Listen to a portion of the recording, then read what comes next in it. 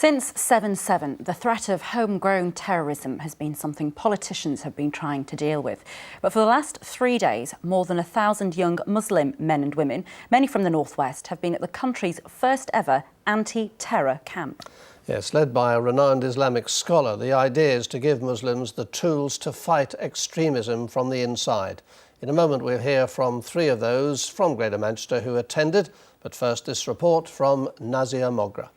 My life is not in the hands of those people. A summer camp with a strong message. The aim to stop young Muslims turning to terrorism. Overall aim of this event is basically de-radicalization of youth and spiritualization of youth, to present them the moderate, peaceful vision of Islam. They had a presentation up and they would ask as in hijab. After the lectures, the youngsters are keen to discuss their views on religion.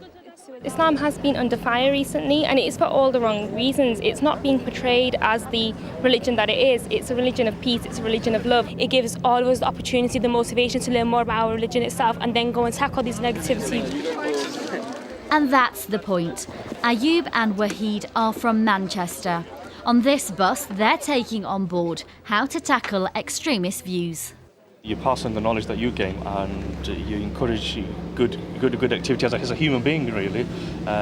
Neighbours, all sorts, communities, see any bad action, you take action as much as you can possibly do. It's the first anti-terror camp in the UK, and this is why.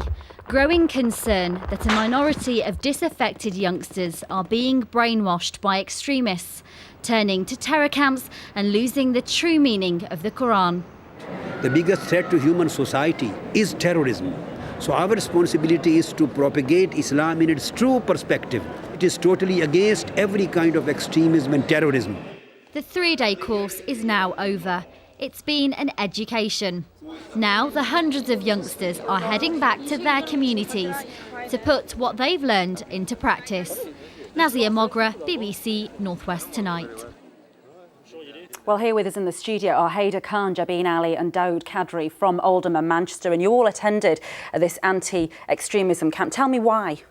I think for myself, because I do a lot of local community work within the Oldham area, it was important for me, because I think majority of Muslims, the majority are against extremism, but we don't know how to combat effectively the terrorists, the radical thoughts and their propaganda material. So when I saw the advertisements for this camp, the anti-terror camp, I thought it was a perfect opportunity for me to gain the tools that I need to go back into the local community, go back to where I come from, and give the responses that effectively deal with the issue, and hopefully slowly it will prevent future. I mean, we might explore what those tools are in a moment, but Dawood, how often do you come across extremism and extremist views in your life? Okay, well, directly, not so much, but whilst I was at university, there were always those sorts of voices in the background.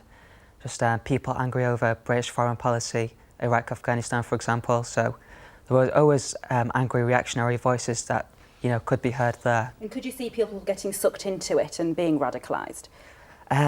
I couldn't actually see the radicalisation happening so much, but you could see like a mix of people who were perhaps on the brink and people who were perhaps a bit further gone.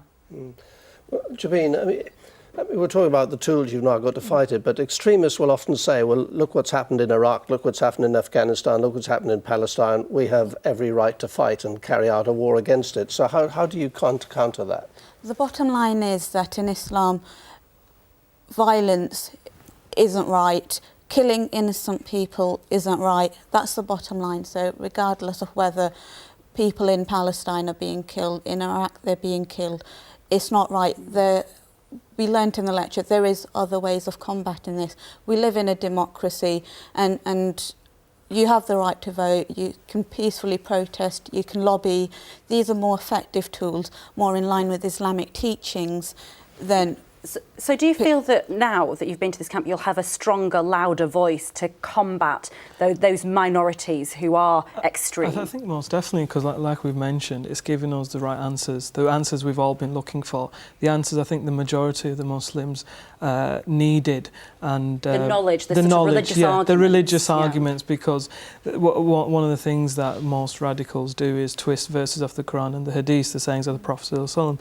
Now, we've actually learnt how these have been twisted, the actual meanings, and one of the main things is that we learnt was the actual meaning of jihad, which in no way, we were clearly told in no way, in anywhere in the Quran does it say jihad means a holy war. We were given the actual several explanations of what jihad is, and these are the kind of tools we can take back to our community. Okay, that's fascinating stuff, and thank you very much for coming in and talking to us. Appreciate it very much.